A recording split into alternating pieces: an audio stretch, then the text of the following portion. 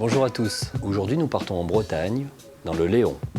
Adrien nous invitera au large sur ses parcs à huîtres et Alexandre sur la côte pour le ramassage des algues. Mais nous découvrirons aussi des productions originales comme les brocolis violets. Je vous laisse apprécier la beauté de ce terroir sauvage et je vous retrouve juste après pour une nouvelle recette. A tout de suite.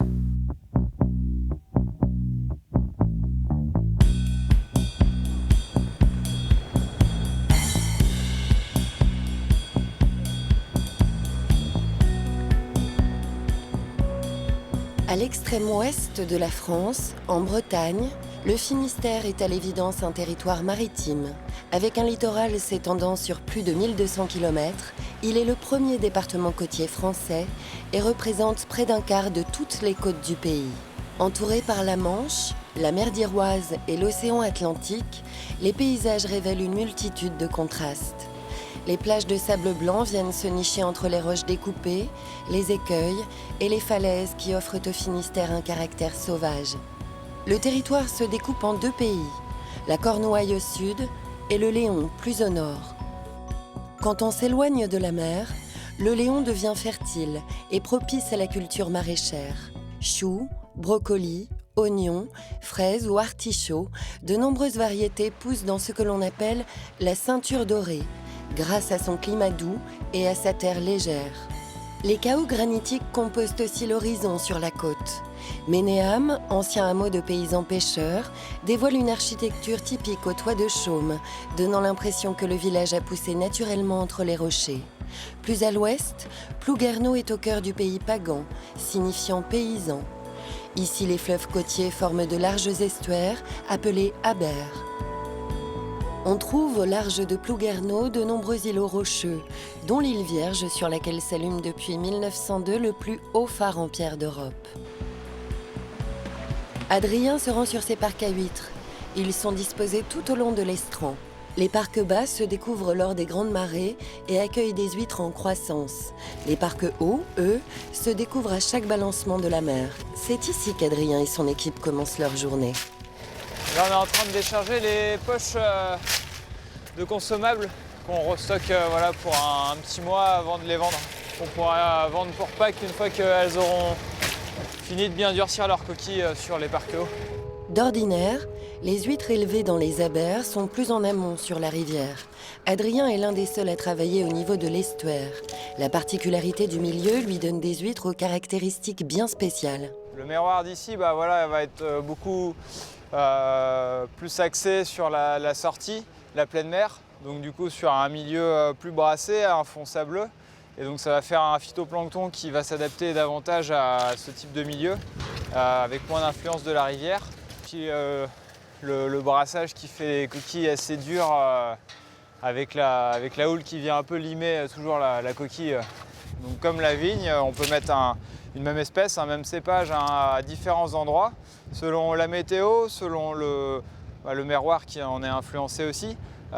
Du coup, ça va vraiment donner des goûts très différents, pourtant c'est la même espèce à la base. Comme un vigneron, Adrien apprend à tirer le meilleur parti de ce milieu maritime, battu par la houle et le vent. Sa passion pour l'élevage des huîtres, il la tient de son père. Ce dernier s'est installé ici en 1986 et Adrien l'a rejoint il y a une dizaine d'années. Pour offrir à leurs huîtres de meilleures ressources et faciliter leur filtration, le père d'Adrien a mis en place une méthode un peu originale en incorporant des bigorneaux dans les poches d'huîtres. Alors là, on peut voir les huîtres qui sont stockées et les petits bigorneaux. Il y a quelques ostréiculteurs maintenant qui utilisent les bigorneaux dans les poches, surtout pour les petites tailles. Après, ça reste quelque chose qui est pas hyper répandu. Faire un peu une petite symbiose entre l'élevage de l'huître et le bigorneau qui lui se nourrit des algues et ça bénéficie à l'huître et l'huître en bénéficie puisqu'elle peut mieux filtrer aussi le plancton. Adrien met ses huîtres en croissance sur des cycles longs, 3 ans minimum pour récolter les premières. Leurs huîtres typées pleine mer sont façonnées par le temps, la houle et le travail de l'ostréiculteur. Leur légère couleur rougeâtre due aux microalgues encroutantes et leur fort taux de chair donnent l'impression de tenir dans la main un petit bloc de granit, un morceau de ce terroir aux portes de l'océan. L'huître, c'est vraiment le résultat du miroir qui va influencer son goût et pas mal de caractéristiques. Mais c'est l'autre moitié, c'est le savoir-faire de l'ostréiculteur qui va être responsable quand même quelque part de son taux de chair, de sa forme, de la qualité de sa coquille et aussi de sa capacité à résister hors de l'eau. Une huître qui est bien travaillée doit être bien durcie et voilà, peut tenir minimum 10 jours hors de l'eau. Une fois que c'est mis en bourriche, c'est un produit qui est acclimaté à rester hors de l'eau longtemps parce qu'on durcit normalement une huître sur des parcs hauts. Ici, elles vont quasiment passer autant de temps hors de l'eau que sous l'eau par jour. Alors qu'Adrien revient de la marée, sa compagne Anaïs s'occupe du bar à huîtres qu'ils ont ouvert en 2013. Dans un cadre unique, face au parc, ils font déguster leur production tout au long de la journée, ainsi qu'une petite restauration à base de produits locaux issus de la mer, comme les ormeaux. Nos huîtres, c'est des huîtres de pleine mer, donc déjà des huîtres bien iodées. Après, ça dépend des endroits. Alors, effectivement, à Marennes-Oléron, ils ont des clairs, donc c'est en fait des bassins d'eau douce. Donc, par rapport à Marennes-Oléron, elles seront plus salées. Le goût particulier des huîtres de l'estuaire de l'Abervrac est désormais reconnu dans le milieu professionnel. Les huîtres d'Adrien et Anaïs ont déjà obtenu plusieurs médailles d'or dans différents salons de gastronomie. L'idéal pour ouvrir l'huître, du coup, c'est qu'il ne reste pas du tout d'huître sur la coquille. Et après qu'on voit bien le manteau bien défini, le pied de l'huître. Le pied, c'est tout ce qui est sucre. On les fait en 3 ans, donc déjà, il y a un taux de chair assez important. Et plus il va y avoir de la chair, donc plus vous allez avoir le goût de châtaigne. Le goût de l'huître, c'est vraiment les parcs, les abers. L'abert benoît, suivant où ça sera placé, c'est plus vaseux, enfin ça n'aura pas le même goût ou plus doux. La forme est régulière, comme il secoue les poches régulièrement, en fait tout le monde ne le fait pas parce qu'il faut beaucoup de main d'œuvre. Alors, les numéros 2. Voilà, bonne dégustation. En plus de leur bar, Adrien et Anaïs distribuent leurs huîtres dans des restaurants et sur les marchés des environs. Un peu plus à l'est, le long de la côte, se trouve la commune de Plouescat. Ici, la terre et la mer sont liées. Les roches escarpées de la Manche côtoient les parcelles agricoles maraîchères.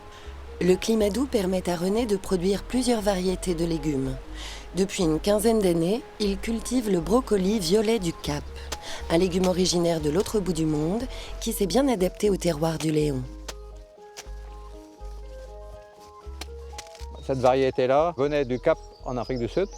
Donc l'INRA l'a récupérée là-bas. Et avant, elle a été travaillée en Cornouailles britannique.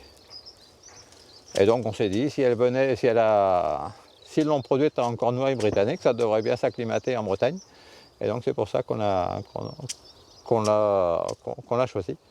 Choisi et sélectionné là maintenant depuis donc un peu plus de 15 ans, quoi. Cousin du chou-fleur, mais en plus doux et plus sucré, il se présente de la même manière. Pour les vendre sur ses étals, René garde une couronne de feuilles protectrices, car le brocoli violet est un légume fragile qu'il faut manipuler avec précaution. Installé en bio depuis une trentaine d'années, René acclimate et améliore ses légumes aux terres de Plouescat. Afin d'en récolter les graines, il laisse dans sa parcelle les brocolis les plus beaux. Sa forme bien ronde, il est donc vraiment remonté, il n'est pas plat, quoi.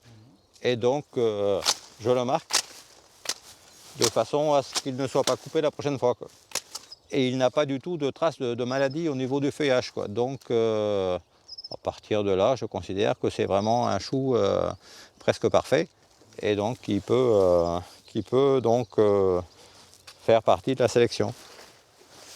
Et donc j'ai appris à sélectionner les choux-fleurs avec mon grand-père qui, après la guerre 14-18, a commencé à faire des variétés qui lui étaient propres. Et il faisait un petit commerce de la semence. Et donc c'est avec lui que j'ai appris à sélectionner. Et je lui en suis éternellement reconnaissant. Et maintenant j'essaie de transmettre donc à mon fils qui fait un peu le même travail, lui-même aussi fait sa propre graine et transmettre aux autres jeunes paysans du coin, quoi.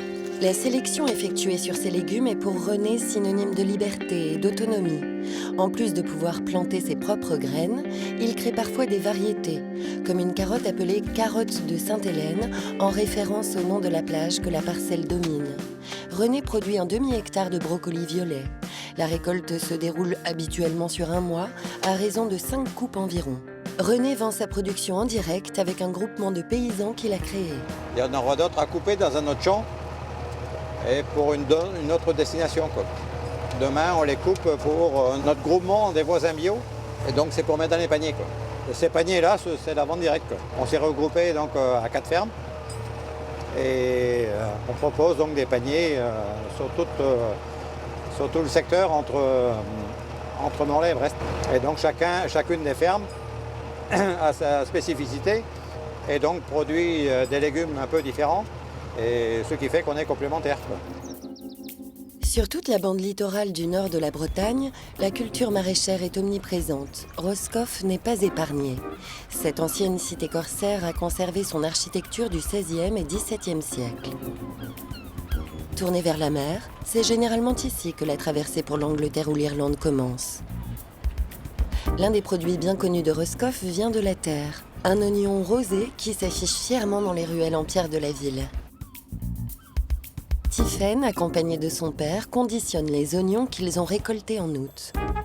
Ici, c'est un peu le contrôle qualité. On est en train de vérifier que les oignons sont bons, donc qu'il n'y ait pas d'abîmé, parce que si un oignon est abîmé, on sait qu'il peut contaminer les autres, donc ce n'est pas l'idée. Donc là, on vérifie qu'ils sont tous sains et surtout, pour qu'ils soient AOP, il faut qu'ils soient travaillés à la main. On enlève la première tunique qui est parfois un peu tachée avec de la terre. On va aussi enlever les racines, voilà, et on va laisser une queue d'à peu près 5 cm. C'est vraiment la taille idéale pour la meilleure conservation du produit. C'est tellement fragile qu'on est obligé de le passer à la main pour le nettoyer et pas en machine. Parce que sinon, s'il s'abîme, on sait que c'est un oignon qui va pas se conserver. Donc, on garantit 9 mois de conservation. Donc, on le récolte en août et on en a jusqu'en avril. Si déjà, arrivé au mois de septembre, les oignons commencent à pourrir, les clients ils sont pas très contents. Ouais.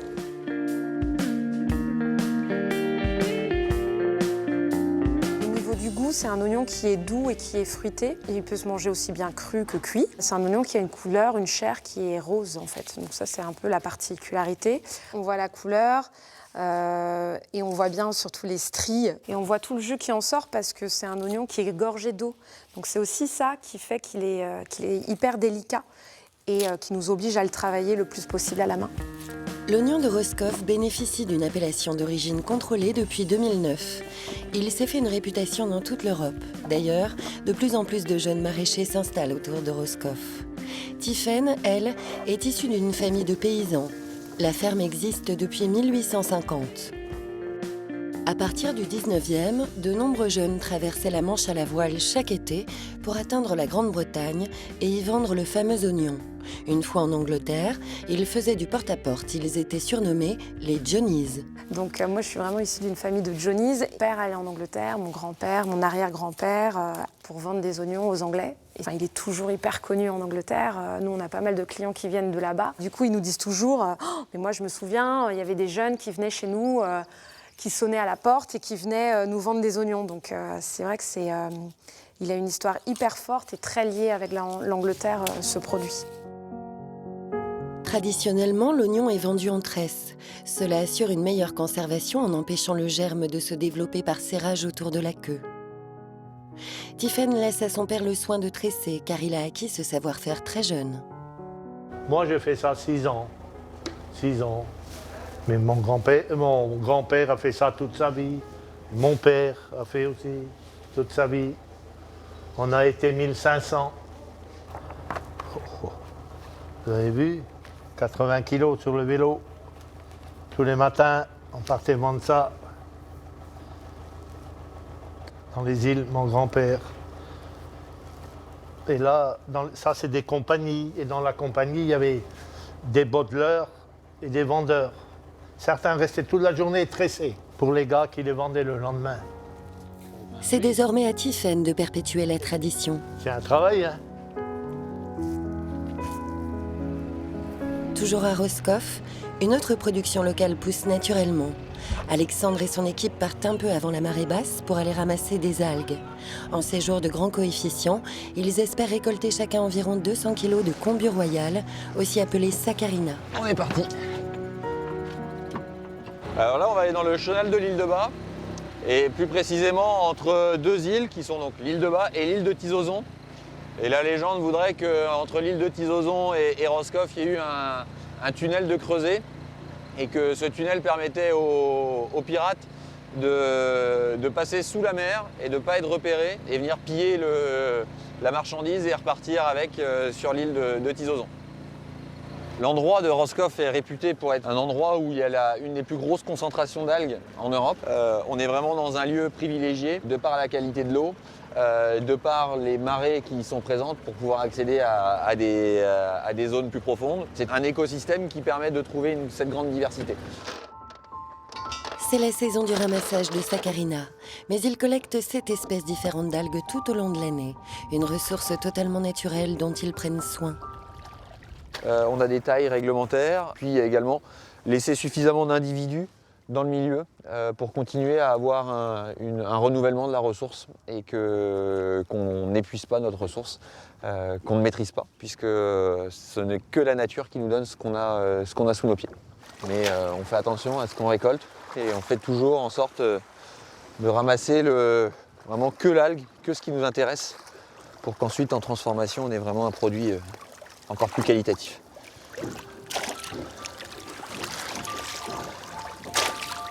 Alexandre et sa compagne se sont reconvertis. Ils ont repris il y a 3 ans une des entreprises pionnières dans le domaine des algues alimentaires.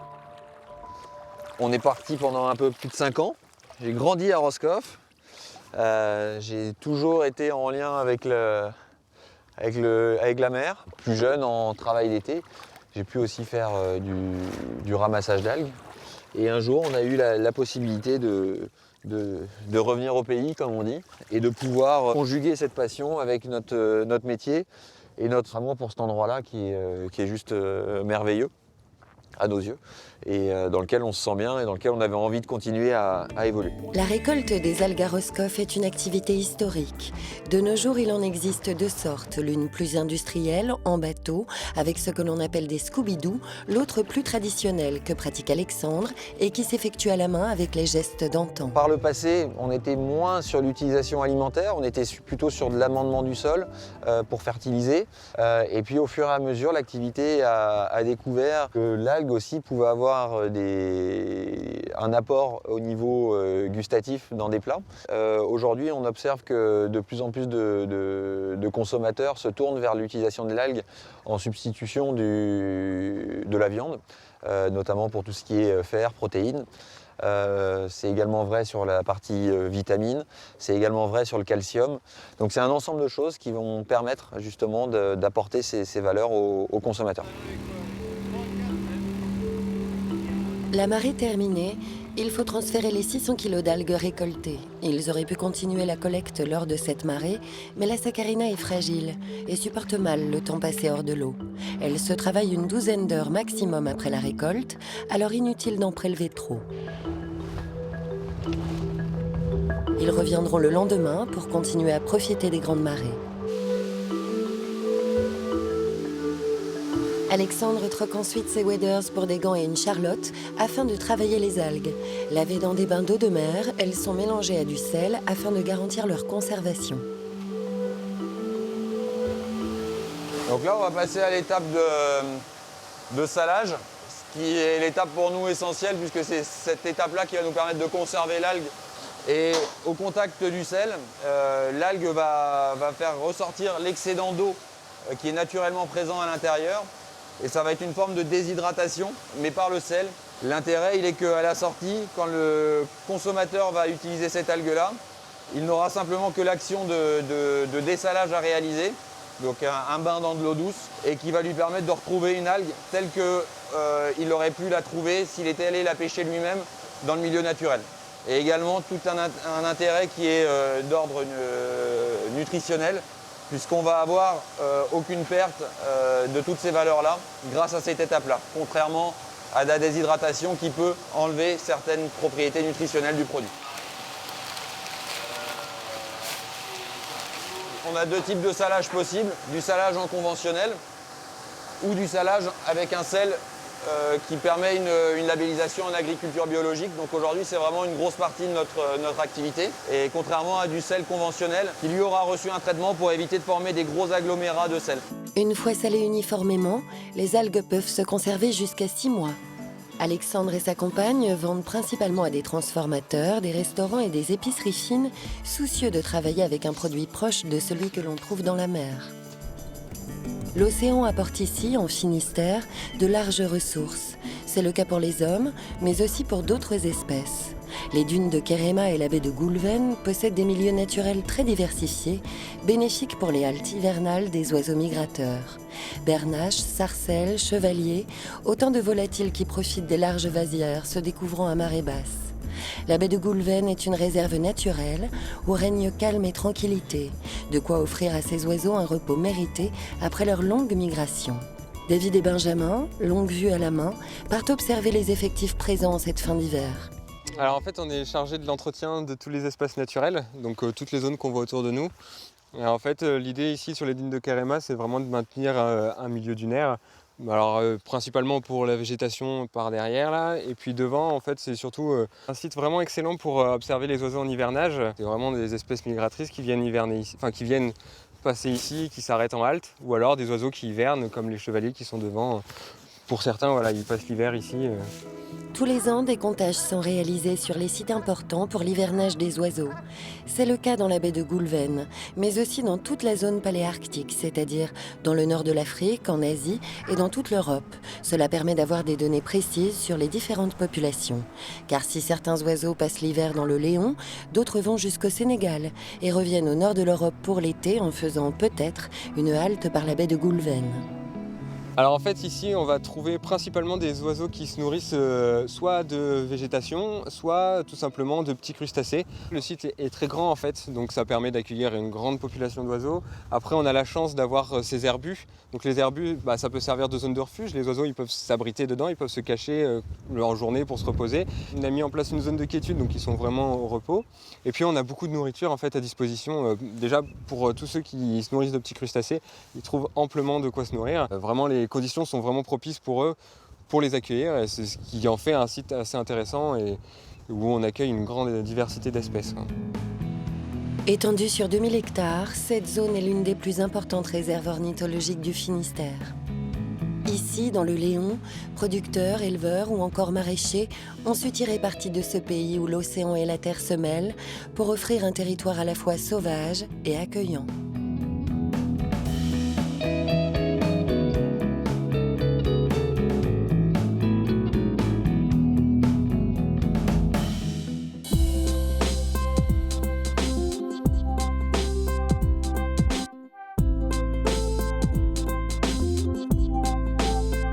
Je vous propose aujourd'hui un tartare de veau, huîtres et algues marines, petit pain chaud.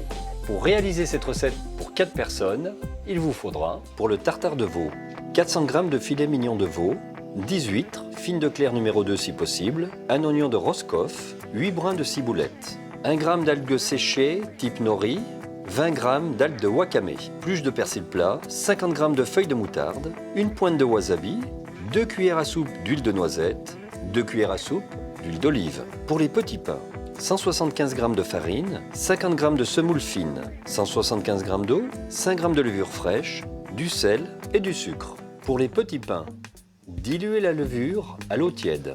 Mélangez la farine et la semoule, ajoutez le sel, le sucre, puis l'eau avec la levure. Travaillez le mélange au moins pendant 5 minutes, puis laissez reposer 2 heures sous un torchon ou un papier film. La semoule va apporter une texture croustillante à votre pain. Farinez la pâte et la travaillez en l'écrasant pour retirer le gaz, puis l'étaler sur une épaisseur de 1 cm environ. Détaillez-la en porte-pièce de 3 à 4 cm et laissez pousser 10 à 15 minutes. Cuire à la poêle sans matière grasse 2 à 3 minutes de chaque côté, puis réservez. Pour le tartare de veau, dénervez le veau le plus possible, puis le détaillez en cubes de 5 mm environ de côté. Ouvrir les huîtres, récupérer le rôt dans un bol, hacher la chair grossièrement et la mélanger avec le veau. Ajoutez le wasabi à l'eau des huîtres, puis l'huile d'olive et 1 cuillère à soupe d'huile de noisette. Poivrez légèrement et mélangez au tartare.